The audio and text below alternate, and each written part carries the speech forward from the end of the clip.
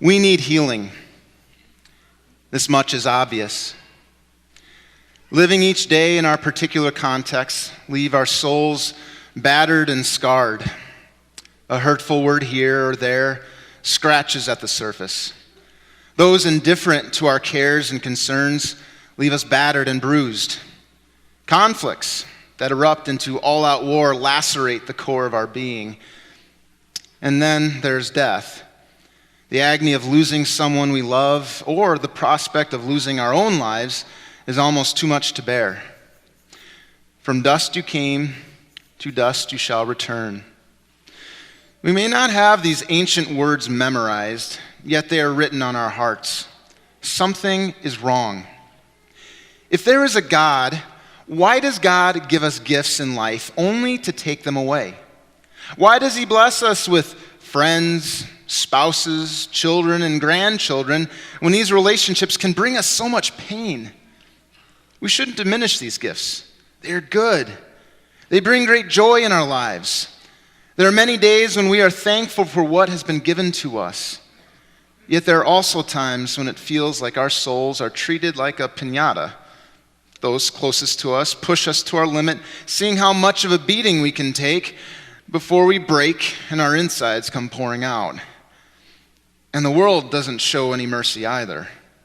In the world, we will experience tribulation, whether we ask for it or not. In other words, not a single day goes by without the need for a measure of healing. So, how do we heal? The temptation is to begin each day under the false assumption that healing is an external exercise. If I can manipulate the world around me to my liking, everything will get better. If that doesn't work, I can blame my own circumstances and those I perceive as my enemies. Don't imply that I'm wrong either. I resent anyone who dares to tell me that my self-salvation project isn't working. It's much easier to pick at the scabs forming over my wounds. I'm sure that will speed up the healing process. Leave me alone. I can heal myself. I can fix this. Do we really know what we are doing? If we take an honest look at our lives, we know the answer. We don't know what we're doing. Quite often, we're just doing the best we can, hoping for the best results. If you have doubts, ask a parent how confident they are in their child-rearing skills. Ask a youth how easy it is to navigate the drama of adolescence. Ask an elderly couple if they always knew what they were doing in their 60 years of marriage. We try to manage our lives as best we can, but we certainly don't know what we're doing. As Christians, we live by God's grace. And this is why we find ourselves this evening at the foot of the cross. Jesus knew exactly what he was doing. And as the Son of God, he demands our attention. It makes sense that we would want to hear what he has to say. Yet when we hear the words Jesus spoke from the cross, there is an added sense of urgency in our listening. Crucifixion was a brutal affair. Imagine yourself beaten and whipped relentlessly. Imagine a crown of thorns thrust down on your head. Imagine your hands and feet being nailed to a piece of wood. This will give you a picture of Jesus' suffering. Yet Jesus' death did not come from the wounds directly inflicted on him by his executioners. Instead, Jesus' death would come from asphyxiation. He would suffocate as he lost the strength to breathe. But Jesus did not use the moments leading up to his death to preserve his energy. Instead, he used his remaining strength to speak to us. Jesus' first words from the cross tell us exactly what he is doing there. Father, forgive them, for they know not what they do. True healing is found at the foot of the cross. It is here that we not only see Jesus, but hear these powerful words. It is in our hearing that our head knowledge becomes heart knowledge. It is easy to say, Jesus died on the cross. Yep, Jesus did that for me a long time ago. It is a whole different matter to realize with humility, Jesus died for me. Jesus' prayer for forgiveness was spoken over people who thought they knew what they were doing. The religious leaders stood by approvingly. Jesus had hurt their pride. He had challenged their worldview. He had turned their world upside down. They worked so hard to do all the right things.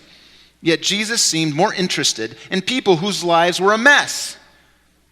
Thankfully, after they had disposed of this threat, the world would return to normal.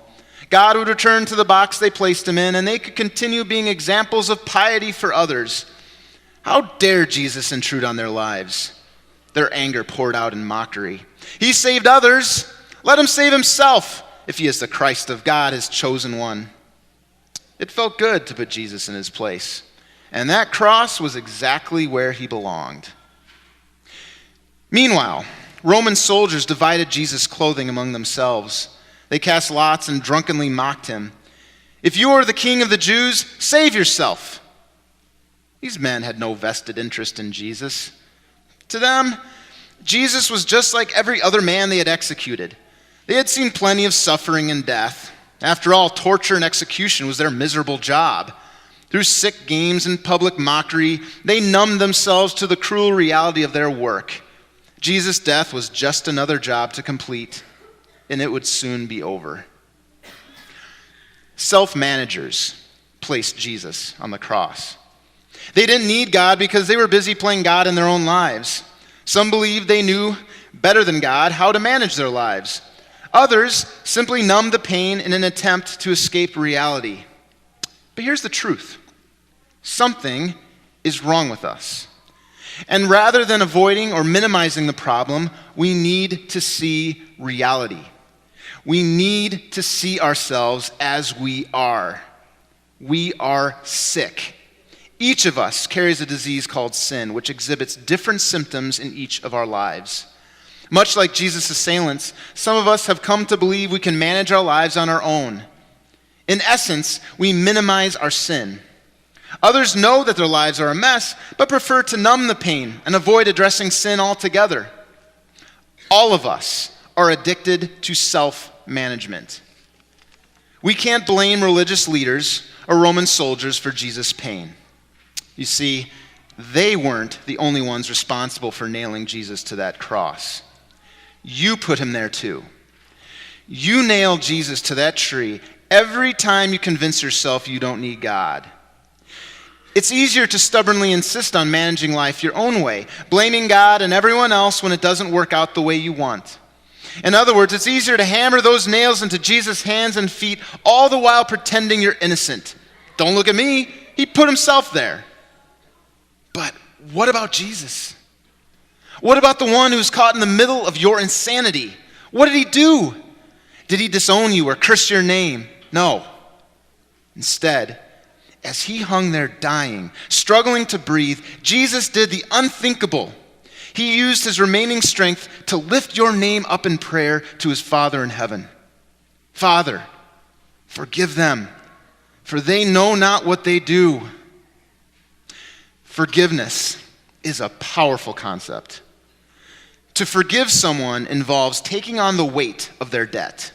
When we ask someone to forgive the debt we owe them, we are essentially asking them to pay the price for mismanaging what was given to us. This is why a credit card company won't call you up and forgive your debts when you find yourself $10,000 in the hole. The pain you are experiencing is not their fault. You mismanaged their money. You owe the credit card company. It would be crazy to assume anybody other than yourself would repay the debt. Do you see the insanity of what you are asking when you turn to God and say, Father, forgive me?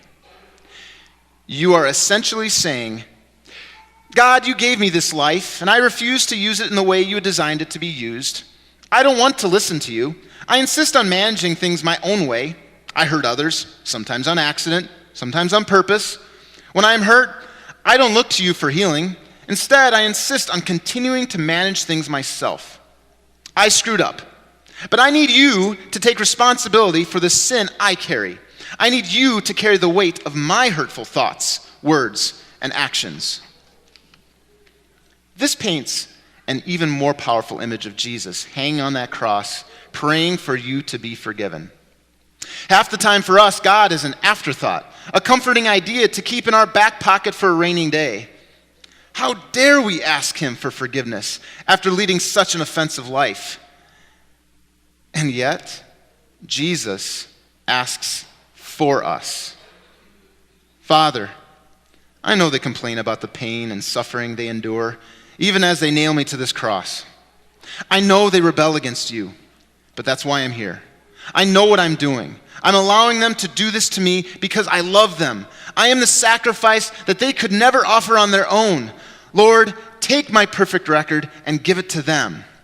I will pay their debt freely. Forgive them, Lord. And that is exactly what the Father does. He forgives you, not because you said the right words or are better than other people. No, the Father forgives you because of Jesus. This is where our daily healing process begins, with Jesus. Healing begins when our focus is drawn away from our own beaten and bruised souls and turned toward the beaten and bruised body of Jesus on the cross. Healing begins when our self-centered words give way to Jesus' words of compassion. Father, forgive them. With eyes and ears set on Jesus, we can then look around and see with clarity that we aren't the only ones who know not what we are doing. We are forgiven because of Jesus. Because of Jesus, we forgive others. We carry his words of forgiveness into our lives. As Jesus heals us, he works through us to heal our relationships. We turn toward our neighbor as Jesus turns towards us, not in anger or resentment, not with bitterness or ill intent, but with a desire to seek our neighbor's greatest good, reconciliation with God. Father, forgive them, for they know not what they do.